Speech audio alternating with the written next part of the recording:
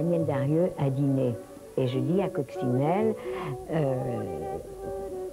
ne viendrai pas au début du spectacle, je viendrai à la fin parce que j'ai Daniel Darieux à dîner. Et elle me fait, oh, j'aimerais tellement, mais tellement la connaître, parce que quand j'étais un garçon, j'étais amoureux fou de Daniel Darieux. Et j'ai dit, mais il ne se présente aucune difficulté, nous dînons à telle heure, et après ça, monter avant le spectacle, monter prendre le café avec nous. Et elle arrive moulée dans une robe pailletée, enroulée dans des boas, plus féminine qu'elle, c'était pas possible. Et elle regardait Daniel Darieux comme elle regardait le bon Dieu. Elle était vraiment émerveillée. Et je vous assure que Daniel Darieux et moi, qui sommes amis de toujours et qui ne sommes pas particulièrement virils, hein, on ne peut pas dire, on se sentait à côté d'elle, on se sentait des grenadiers, tellement elle était féminine et elle était comme ça, elle était, et Daniel était médusé. Je suis restée longtemps à l'étranger, puisque en France, il n'y avait plus de revues de music-hall, c'était plus à la mode. Alors évidemment, moi j'étais meneuse de revue avant tout. Bon là, je me suis recyclée dans le tour de chant, parce que, hélas, il faut vivre. Et puis, je suis donc partie à l'étranger, dans les pays où on aimait les revues, l'Amérique du Sud, le Canada, tous les autres pays lointains. Et quand je suis rentrée il y a 2 ans, l'année dernière, Pascal Sevran m'a proposé de passer dans son spectacle au Casino de Paris, mais pas en vedette invitée, au même titre que les autres chanteuses, à part que les autres étaient vedettes françaises et moi internationales, tout en étant française. Et j'ai accepté de ne pas être la vedette pour voir la réaction du public. Et effectivement, la réaction du public a été très bonne. Je m'étais absentée longtemps et finalement, on aurait dit que j'étais partie la veille. Le public ne m'avait pas oubliée et ça m'a décidé à redevenir la Coccinelle d'avant pour le public. Après, j'ai enregistré un disque, un tout nouveau disque avec des musiques actuelles pour changer un peu le style que j'avais revu avec des plumes, tout ça, faut balayer tout ça. C'est pas pour ça que je ne ferai plus de revue, non. Il faut balayer tout ça pour refaire un disque, alors habillé par les couturiers au style actuel, complètement différent, un nouveau look, comme on dit maintenant, un nouveau style. Et puis, une fois que le disque sera lancé, on va travailler sur une revue pour essayer de relancer la revue en France. J'ai besoin de plaire et j'ai besoin de sentir, quand je me réveille, que je suis bien, pour me dire « Oh là là, c'est Bourlet, quelle horreur !» Ça, je ne veux plus voir ça. Bon, les gens, les mauvaises langues encore vont dire « Oui, elle cherche encore à faire du scandale, comme il y a quelques années. » Mais pas du tout. Cette fois-ci, je ne cherche pas à faire du scandale, absolument pas. Si j'accepte qu'on filme cette opération, c'est justement pour essayer d'enlever ce côté tabou des opérations. On va tout voir. On va me voir avant, pendant et après l'opération. Ça ne me gêne pas parce que je pense que ça va rendre service à des gens qui ont des complexes. Des gens qui sont malheureux, qui ne sont pas heureux de quelque chose, de leur corps, de leur visage. J'ai une confiance illimitée. En plus, c'est un docteur qui a travaillé dans les réparations des gueules cassées, comme je pense que c'est l'expression exacte. Donc, ce n'est pas un roi de la chirurgie esthétique qui veut se faire valoir. Il connaît bien son métier et il m'a mis en confiance immédiatement. J'y vais les yeux fermés, c'est le cas de le dire. Espérons que tout se passera bien. Ça n'est pas un chapeau de...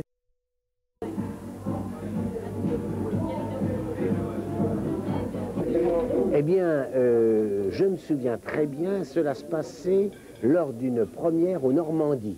J'avais mes bureaux juste au-dessus, j'étais donc descendu pour assister à cette première à laquelle je les invités, et je suis arrivé en même temps que Coccinelle, et alors là, vraiment, je suis passé complètement inaperçu, parce qu'il y en avait que pour elle.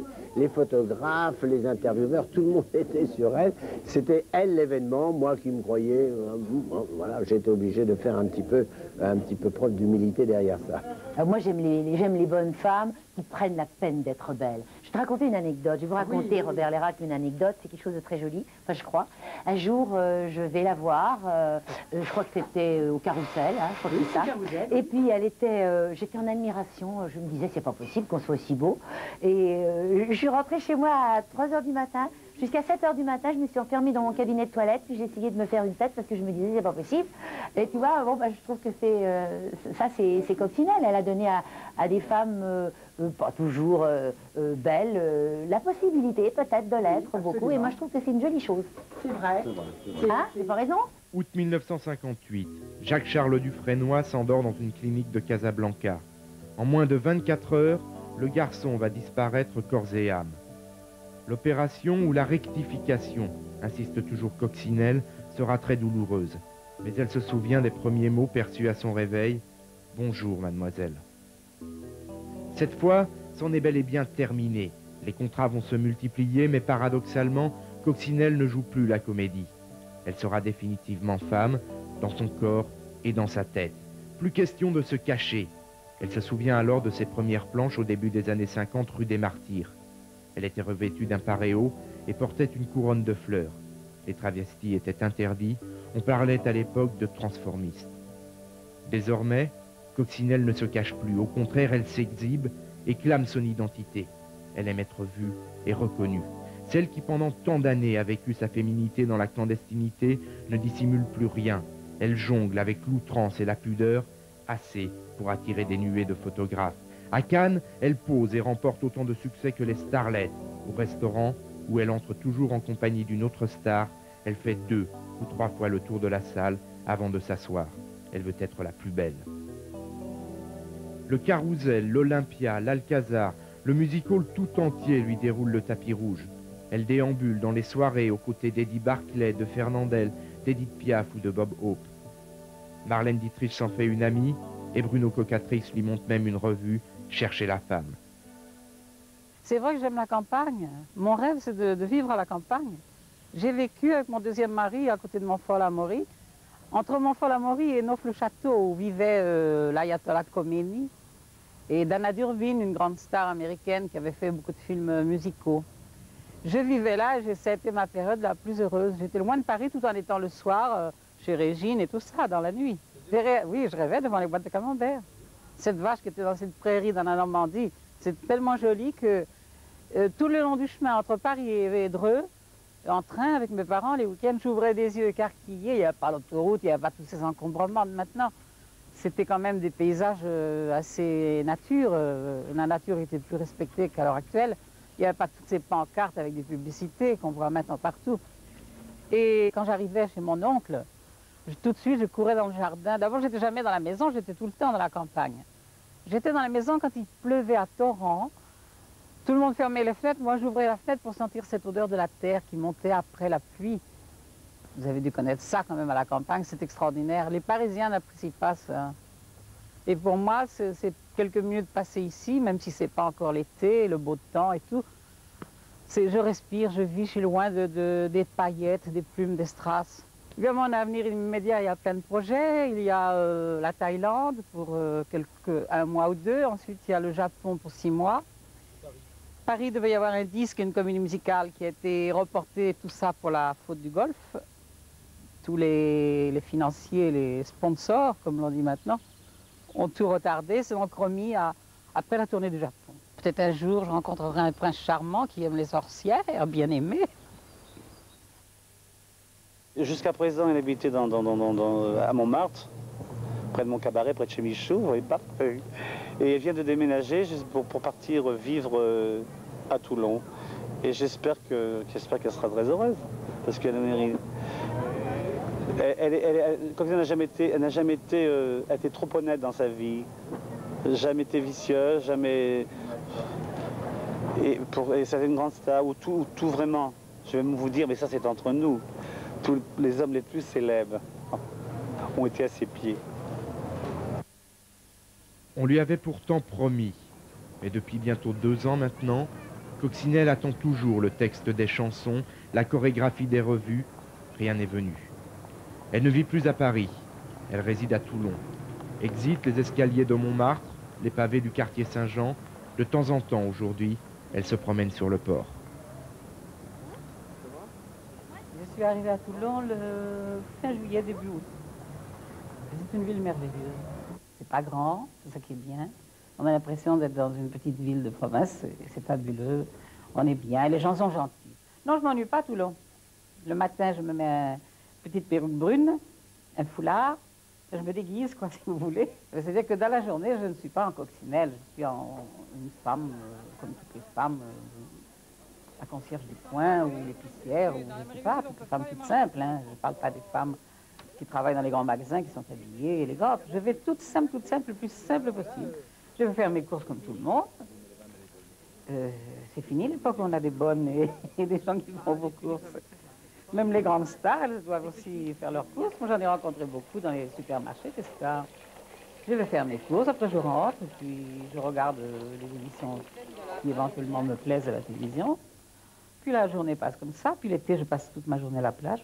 J'ai perdu mon temps à Paris, parce que j'attendais toujours ces contrats qui ne sont pas arrivés. Alors j'ai dit, attendre pour attendre, autant attendre à Toulon, où je suis chez des amis merveilleux qui ont un restaurant La Calèche, où je travaille seulement les fins de semaine, ça me suffit.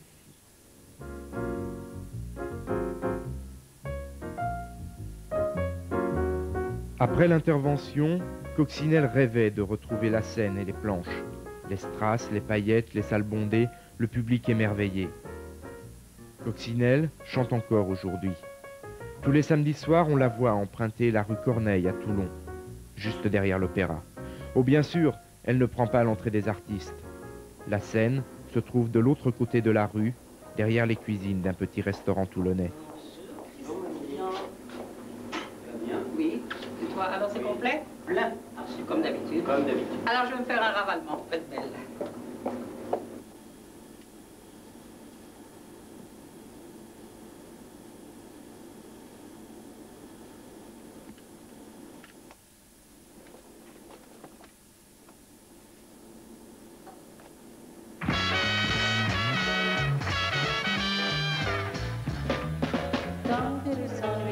Comment ça, la bien t'écouter, le murmure des fontaines qui bavardent à travers les baies rosées.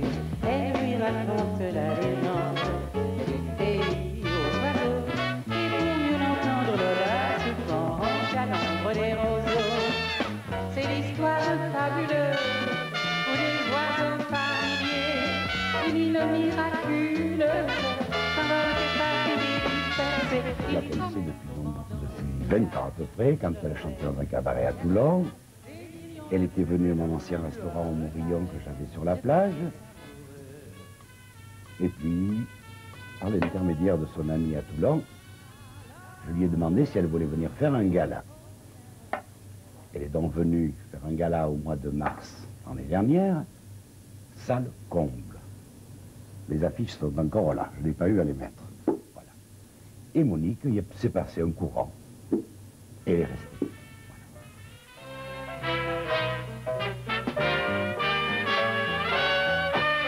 Ça va, tout va, ça va, si bien.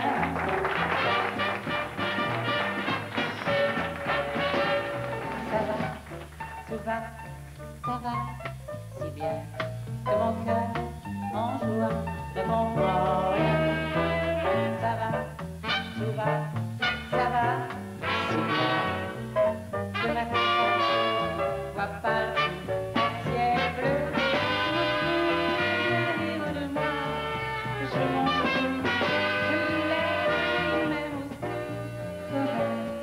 Ça fait plus de 30 ans que je suis dans les grands palaces, c'est partout, tout le temps.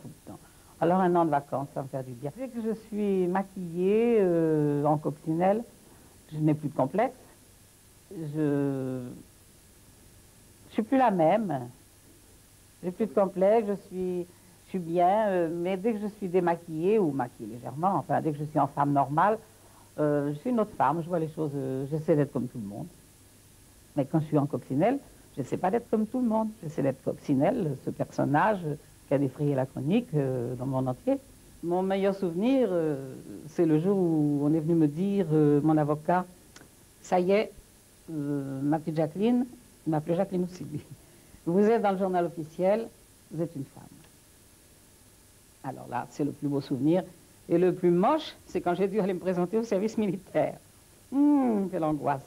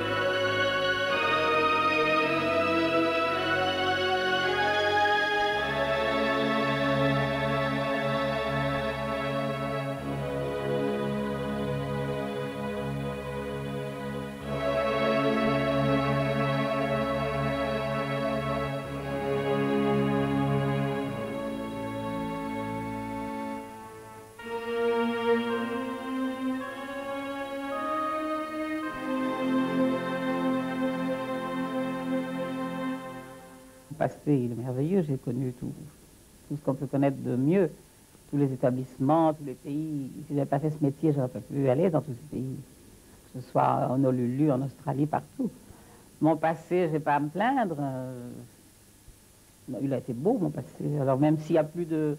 Même si mon présent et mon futur n'est pas pareil, j'ai quand même eu une vie fabuleuse. Il n'y a pas d'autre mot. Je me trouve très bien comme je suis. Je ne veux pas essayer d'imiter quelqu'un. Maintenant, ce sont les autres qui m'imitent, vous voyez, comme les choses changent. Vous avez des noms? Oh, ben, il y en a pas mal partout. Par exemple, chez Michou ou dans les boîtes, elles font toutes cette chanson que j'ai créée à l'Olympia, Chercher la femme. Elles m'imitent. Avec Je suis pas morte encore. Ce qui me ferait pas plaisir, par exemple, c'est si j'allais au Festival de Cannes et qu'aucun photographe se précipite sur moi. Alors là, ce serait le coup de grâce. C'est fini pour moi. Je dirais, ça y est, c'est fini. La Coccinelle, elle est morte, elle est balayée, on n'en parle plus. Mais comme jusqu'à présent, ça marche toujours, ça me fait plaisir. Mais je ne voudrais pas vivre complètement dans l'anonymat, non. Un petit peu de coccinellade, quand même. J'ai été piégée toute ma vie par les managers, par tous les programmateurs de revues. Vous ne pouvez pas savoir, il paraît qu'au Brésil, on m'a vendu des sommes fabuleuses. Moi, j'ai eu des miettes. J'ai tout le temps été piégée. Coccinelle ne désespère pas. Elle remontera peut-être un jour sur les planches, mais qu'importe après tout. Tant pis pour les pièges et les voyeurs, quand on lui dit bonjour, madame, elle sait que son vœu le plus cher a été exaucé et que jamais il ne sera remis en question.